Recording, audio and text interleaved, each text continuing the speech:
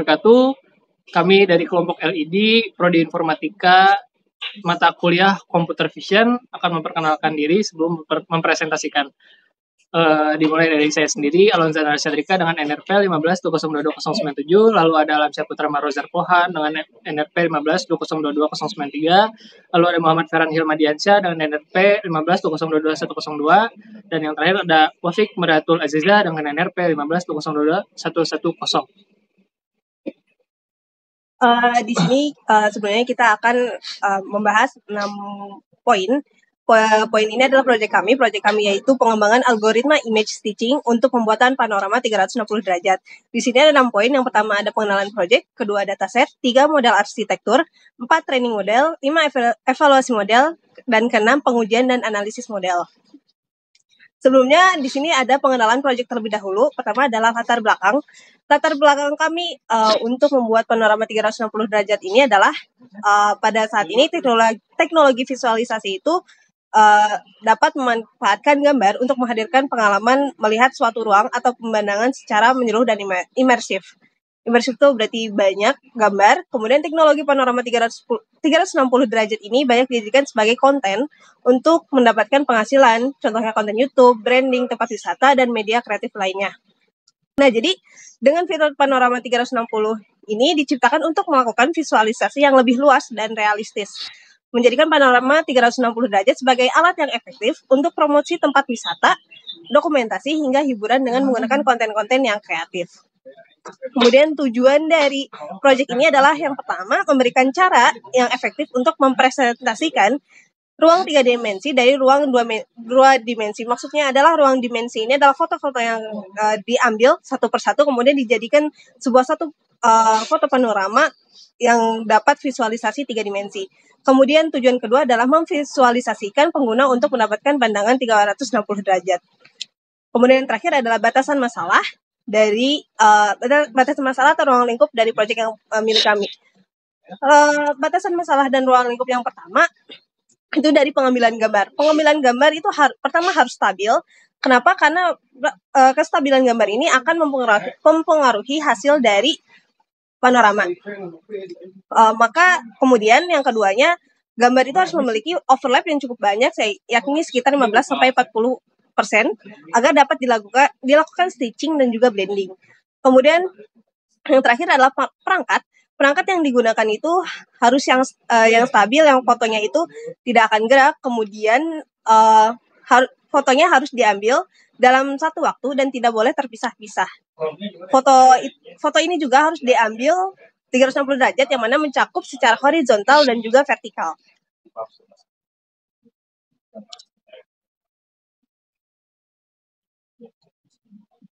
Baik, selanjutnya adalah dataset yang kami gunakan. Dataset yang kami gunakan atau kami miliki ini merupakan dataset publik yang bersumber dari GitHub.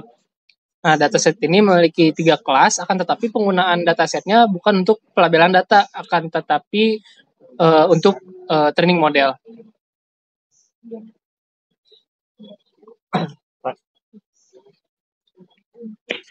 Selanjutnya ada model arsitektur. Nah, model arsitektur ini kita memakai dua model, yaitu Harris Detection Corner sama Ransak. Nah, kenapa sih kita menggunakan Detection Corner ini? Karena pertama dulu kita menjelaskan definisinya dulu. Ini karena karena Harris Corner Detection ini mencari area dengan variasi intensitas tinggi ke segala arah yang biasanya ditemukan di sudut atau persimpangan garis. Sudut-sudut ini seringkali bersifat unik di gambar dan mudah dicocokkan antara gambar satu dengan gambar yang lainnya yang akan kita gabungkan sehingga pengujian akan menjadi lebih cepat. Nah, yang kedua ada Ransak. Nah, algoritma ini menemukan model yang tepat dari data dengan outlier dengan cara memilih subset, acak, dan mengevaluasi konsensus dari data lainnya.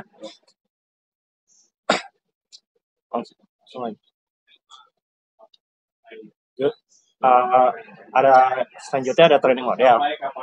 Nah, training model ini buat apa sih? Jadi kita tuh di code-nya ada beberapa parameter. Itu ada 8 parameter, yaitu yang pertama ada alpha blend window, descriptor size, filter cut XH, filter cut YH, filter threshold, matching Y range, ransack sama ransack trace distance. Nah, kita melakukan beberapa kali percobaan, ada 4. Nah, yang kita tampilin sekarang ini adalah akurasi yang terbaik. Jadi akurasi terbaik itu dia itu nilainya itu mendekati 1 atau 100%. Dengan parameter itu alpha blend window-nya ada 2, alpha blend window-nya 2, descriptor size-nya 5, filter cut edge-nya 14, filter cut YH-nya 63, filter threshold-nya ada 0,06252 sekian, matching range-nya ada 34, ransack K-nya ada 752, dan yang terakhir ada ransack trace distance 2,64146 sekian. Dengan akurasi ini adalah akurasi terbaik dengan nilai 94,12%, dengan nilai loss-nya adalah 5,88%. Baik, jadi untuk evaluasinya, model yang kami gunakan itu mengalami overfitting, yang dimana ketika menguji data yang dihasilkan secara mandiri, terutama karena kualitas foto yang tidak konsisten, pencahayaan yang tidak seragam, serta tingkat kejernihan dan detail citra yang kurang memadai. Variasi dalam sudut pengambilan gambar dan resolusi juga dapat menjadi faktor penyebab ketidakstabilan data, yang mempersulit model untuk belajar pola yang relevan secara umum. Akibatnya beberapa error dapat terjadi selama proses pelatihan, seperti ketidaktepatan dalam mendeteksi fitur atau ketidakmampuan model untuk melakukan generasi dengan baik pada data baru. Terus solusinya kami melakukan cropping pada setiap image agar berubah menjadi silindris untuk menyesuaikan perspektif gambar agar lebih sesuai dengan struktur panorama yang diinginkan. Yang kedua, kami juga melakukan cropping yang pada di atas sama bawah gambar hasil citranya agar panorama menghasilkan overfitting. Maksudnya karena si hasil panorama ini ada overfittingnya yaitu parallax. Nah, si bagian parallaxnya ini yang hitam bagian atas bawahnya itu kita potong di crop gitu. Seperti yang ada di tampilan tersebut.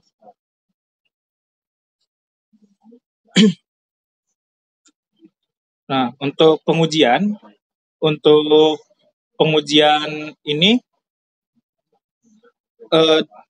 kita tuh dari keseluruhan proses yang telah dilakukan analisis terhadap model serta hasil secara umum. Model memiliki tingkat keakuratan yang tinggi, namun bagaimana gambar itu diambil juga mempengaruhi hasil panorama. Kualitas gambar yang buruk atau ketidakstabilan saat pengambilan gambar dapat menyebabkan distorsi atau noise pada data yang diolah, yang pada gilirannya akan mempengaruhi akurasi model. Terdapat beberapa faktor eksternal yang perlu diperhatikan seperti kestabilan gambar yang sangat penting untuk memastikan kualitas data yang diolah. Selain itu, gambar juga harus memiliki data focal length yang mana digunakan pada pemrosesan gambar. Selain itu, overlap yang harus memenuhi kriteria yakni 15-40% dari gambar sebelumnya menjadi titik kunci terhadap blending yang dilakukan dalam pemrosesan panorama. Yang berikutnya, dataset yang digunakan memiliki pengaruh signifikan terhadap kualitas hasil yang dihasilkan. Oleh karena itu, pemilihan hyperparameter yang tepat sangat mempengaruhi keberhasilan proses image stitching. Setiap komponen yang terlibat dalam proses ini, termasuk kualitas dataset, pemrosesan fitur, dan parameter algoritma memberikan kontribusi penting terhadap hasil akhir yang dihasilkan. Optimalisasi setiap aspek tersebut menjadi kunci untuk mencapai hasil yang akurat dan berkualitas.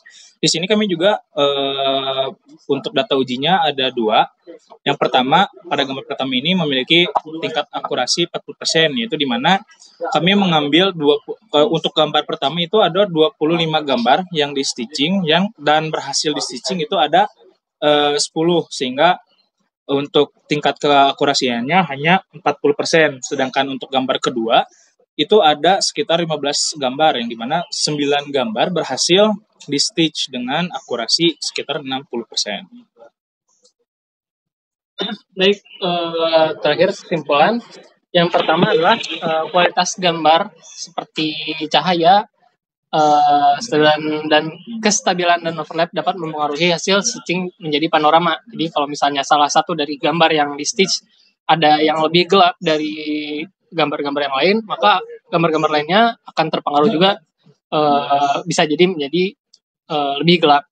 Lalu yang kedua itu focal length. Focal length ini mempengaruhi perspektif dan skala objek dalam gambar. Focal ini berperan penting dalam proses image stitching, mana apabila focal length-nya pendek, itu bisa menghasilkan distorsi perspektif yang lebih besar. Lalu apabila focal length-nya panjang, memiliki perspektif lebih datar, sehingga titik-titiknya lebih konsisten, juga lebih mudah dicocokkan. Lalu yang terakhir, pemilihan hyperparameter ini, hyperparameternya yang berisi alpha blend, descriptor, threshold, transact, dan lain-lain ini sangat berpengaruh bagi hasil panorama, yang mana haruslah ditentukan melalui proses training si pemilihan hyperparameternya. Jadi pada proses training akan muncul nilai parameter yang cocok bagi model. Dipilih nilai parameter yang terbaik agar model memiliki akurasi yang tinggi. Baik, sekian dari kami kelompok LED. Kami ucapkan terima kasih juga maaf. Assalamualaikum warahmatullahi wabarakatuh.